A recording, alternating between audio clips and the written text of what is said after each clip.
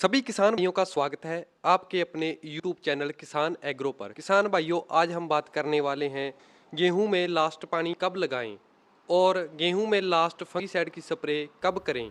आज हम आपको पूरी जानकारी देंगे इस वीडियो में और वीडियो को अंत तक जरूर देखें। जिन भाइयों ने अभी तक चैनल को सब्सक्राइब नहीं किया वे जल्दी से चैनल को सब्सक्राइब कर लें ताकि ऐसी और नई जानकारी आप तक पहुँचती रहे। नंबर 1 पर बात करेंगे गेहूँ में लास्ट पानी कब लगाएं। इसके लिए आप सबसे पहले गेहूं की जो बल्ली है उसको देखेंगे।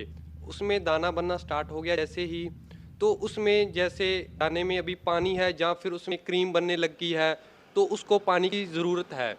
अगर बल्ली में पूर्ण रूप से जो सिट्टे के ऊपर तक है वो दाना बन चुका है तो उसमें पानी की कोई आवश्यकता नहीं है, चाहे उस गेहूं को आप पानी न लगाएं। परंतु जिस गेहूं में अभी दाना बनना स्टार्ट हुआ है और उसमें क्रीम बन रही है, बल्ली में आधा दाना बना हुआ है, आधी बल्ली में या फिर आधे से ज़्यादा बनी है तो उसमें पानी लगाएं।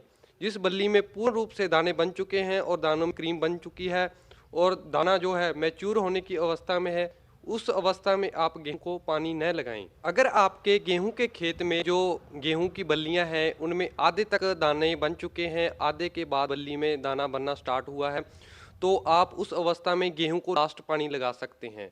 वो आपका गेहूं को लास्ट पानी होगा, वह उसके बाद पानी न लगाएं क्योंकि वो उसकी दाने की जो पूर्ण रूप से परिपक्वता है वो अवस्था आ चुकी है, तो ये उसका लास्ट पानी होगा। यानी कि गेहूं में पूर्ण रूप से जो दाने हैं तैयार होने में 15 दिन का समय लेते हैं, यानी कि 2 हफ्तों का समय लेते हैं।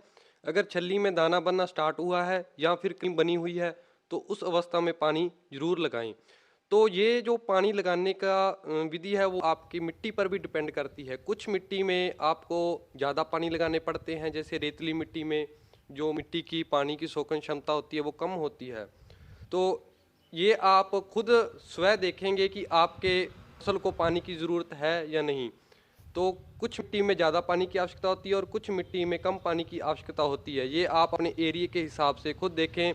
जब आपको लगे कि आपकी फसल को पानी की आवश्यकता है तभी फसल को पानी लगाएं। जैसे अक्टूबर के मंथ में जो फसलें लगी हुई हैं तो उन फसलों की लमसम उनको पानी की आवश्यकता नहीं है। जैसे आज हम बात कर रहे हैं, जैसे 15 मार्च से 20 मार्च के बाद की जो बात कर रहे हैं, 20 मार्च के बाद जो अक्टूबर में कणक लगाई गई है उसको 20 मार्च के बाद चाहे पानी न लगाएं तो चलता है, तो उसमें चलेगा। तो आप उसमें लास्ट पानी है जो अपना मार्च के स्टार्टिंग में या मार्च की 10 तारीख तक लगा सकते हैं।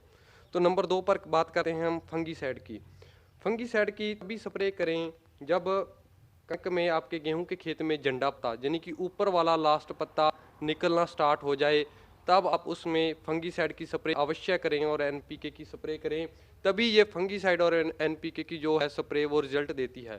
फंगीसाइड की स्प्रे जहाँ उस समय करें, या फिर अगर आपका किसी के साथ कॉन्ट्रैक्ट है, कॉन्ट्रैक्ट बेस पर आपको गेहूं की जो फसल है बिजाई गई है तो उनके कहने पर कर रहे हैं, तो आप जब आपकी कणक का झंडा पत्ता के बाद छल्ली जो बल्ली है वो निकला ही निसारे पर है, पूर्ण रूप से जो पूरी गेहूं की फसल है वो निसारे पर है, तब उसमें आप फंगीसाइड की स्प्रे करते हैं तो वो उचित समय है।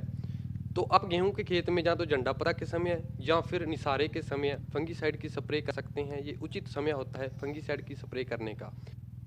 अगर आपकी गेहूं की फसल में जो बल्लियों में दाने बन चुके हैं यानी कि दानों में क्रीम आ चुकी है, उस अवस्था में फंगीसाइड की कोई ज़रूरत नहीं होती गेहूं में। उस समय चाहे आप फंगीसाइड की स्प्रे न करें तो भी चलेगा। इस प्रकार आप गेहूं में लास्ट पानी और फंगीसाइड की स्प्रे इस समय करते हैं तो ये उचित है। ऐसी और नई जानकारी के लिए चैनल को सब्सक्राइब कर लें व बेल आइकन को ऑन करना न भूलें ताकि ऐसी और नई जानकारी आप तक पहुंचती रहे। अगर वीडियो अच्छी लगी, जानकारी अच्छी लगी तो और किसान भाइयों तक भी शेयर करें। इसी के साथ हम लेते हैं आपसे इजाज़त, मिलते हैं एक और नई वीडियो के साथ, तब तक बने रहें हमारे साथ।